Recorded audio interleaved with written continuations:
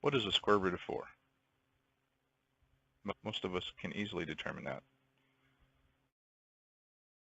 Since 2 times 2 equals 4, the square root of 4 equals 2. And that's what this radical expression here is saying. But more correctly, what is the square root of 4? We could also have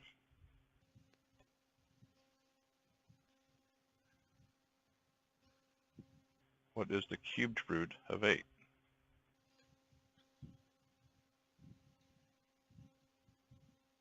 Since 2 times 2 times 2 is 8, then the cubed root of 8 equals 2.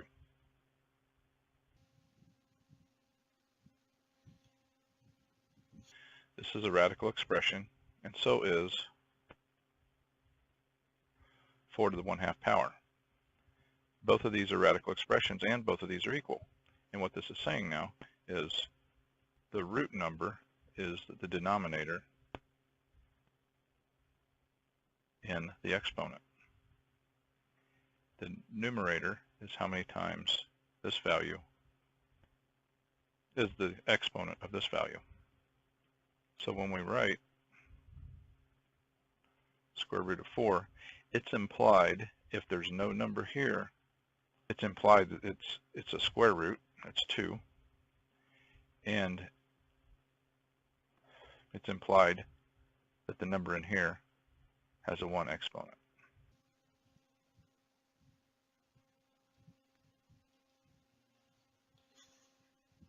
So again, the numerator is an exponent on the expression inside the radical sign. The denominator is the root number of the radical sign.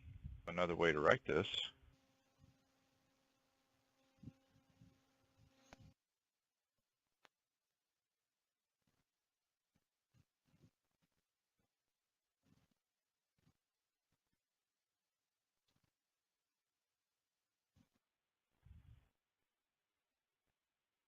so 2 is the base number. Number 2 is an exponent of the base number, and the root number is 2. These are saying the same thing. These are all equal. These are just different ways of writing the same thing, the same expression. And page 36 shows how you can factor out a radical expression.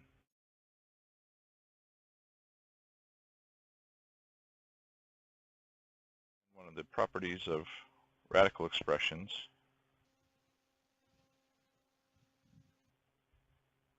we can go ahead and factor out square root of 100 is 10. So this is factored out. And page 37's example shows this as just as with multiplication. And if we factor those out, we know the square root of 100 is 10, and the square root of 9 is 3. And part B of example 3 gives us this problem. And to simplify this, it's easier to put them under one radical sign.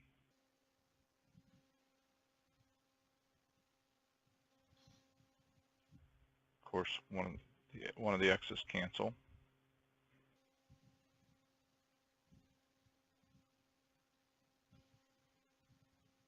We know 48 divided by 6 is 8. And we can further simplify this.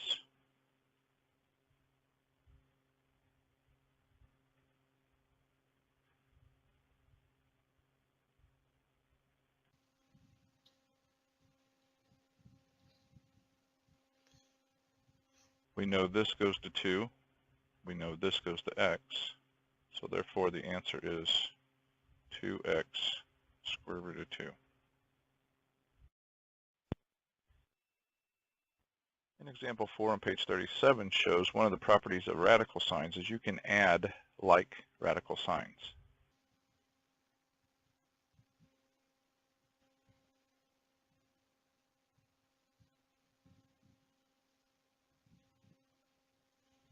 And example 5 shows if the radicals are not the same, you can simplify to add them.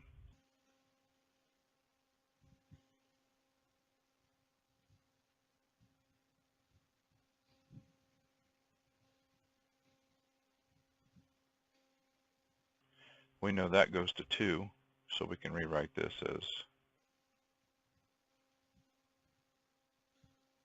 now they are like radical signs, so that equals.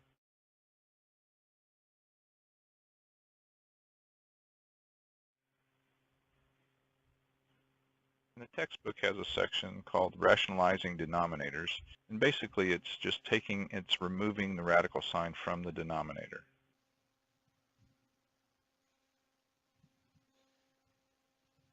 Now, purely from a mathematical point of view, it doesn't matter if the radical sign is in the denominator or the numerator, but for textbook reasons, it's more proper to put the radical sign in the numerator.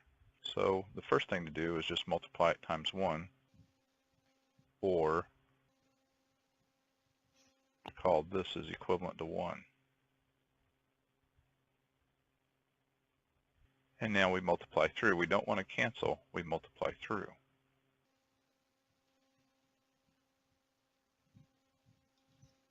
Of course, the square root of 6 times the square root of 6 equals 6.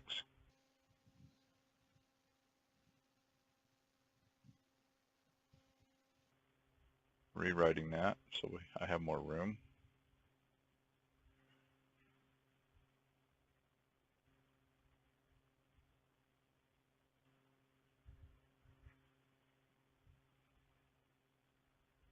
These cancel out.